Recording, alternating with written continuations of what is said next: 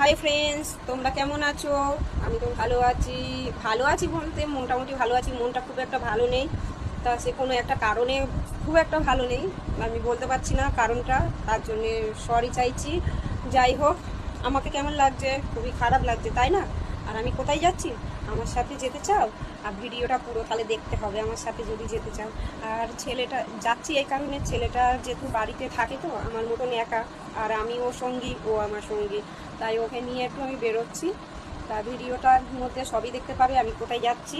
আর হ্যাঁ, বন্ধুত্ব এমনই একটা জিনিস, তাদের কোনো দিন অবহেলা করো না, সবসময় তাদেরকে আগলে রেখো।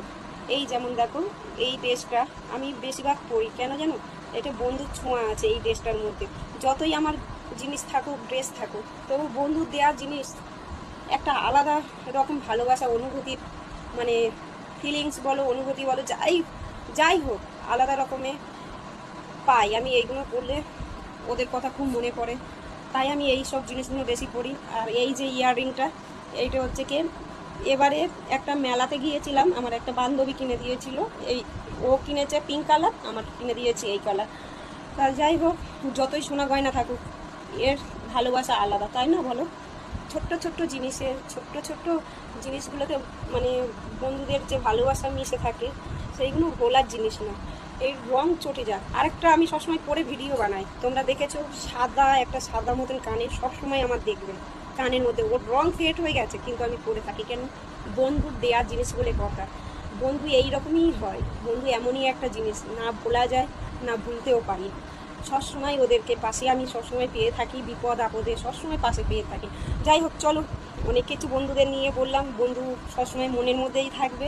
আর বন্ধু যাই হোক, দূরে থাকুক কাছে থাকুক, কাছের বন্ধু দূরের বন্ধু সবাই যেন ভালো থাকে। আর ভিডিওটা যদি ভালো লাগে একটা লাইক, কমেন্ট, শেয়ার এবং তার সাথে সাবস্ক্রাইব করবে। আর আমার ভিডিওগুলো কেমন লাগছে অবশ্যই কমেন্টে জানাবে। আর আমার সঙ্গে কি তোমরা যাবে? চলো দেখাই আমি কোথায় যাচ্ছি, আর তোমাদেরও ঘুরিয়ে দেখাবো। তোমরা কিন্তু ভিডিওটা স্কিপ করবে না, দেখতেই থাকো। আমি রাস্তায় বেরোচ্ছি, সব ভিডিও আমি তুলতে পারবো না, যতটা করব আমি তোমাদের সঙ্গে শেয়ার করবো। চলো আমি এখন বেরোচ্ছি। হ্যাঁ, এইটা তো রাস্তায় বেরিয়ে পড়েছি, দেখে কি মনে হচ্ছে যেন মনে হয় পুজো না, হ্যাঁ গণেশ পুজোর মেলা বসেছে, তা সেখানে যাচ্ছি। চলো তোমাদের দেখা, এবারে মেলায় ঢুকছি। এই হচ্ছে মেলার গেট। তা কেমন হয়েছে গেটটা, খুব সুন্দর সাজানো। আর চলো মেলার ভিতর ঢোকা যাক, তোমাদের সব কিছু দেখাই, দেখতে থাকো এক এক করে দোকানগুলো। এখানে বসেছে আচারের দোকান বসেছে, বিভিন্ন রকমের আচার, পাঁপড় সব কিছু। আর এখানে কাঠের জিনিসপত্র সব পাওয়া যায়। আর এই দেখুন নাগরদোলা বসেছে। এবারে চলো তোমাদের গণেশ ঠাকুরকে দেখানো যাক। এই হচ্ছে মণ্ডপ। মণ্ডপটা দেখো কি সুন্দর সাজানো হয়েছে না? একটু ছোটোখাটোর ওপর দিয়ে হলেও খুব সুন্দর সাজানো হয়েছে।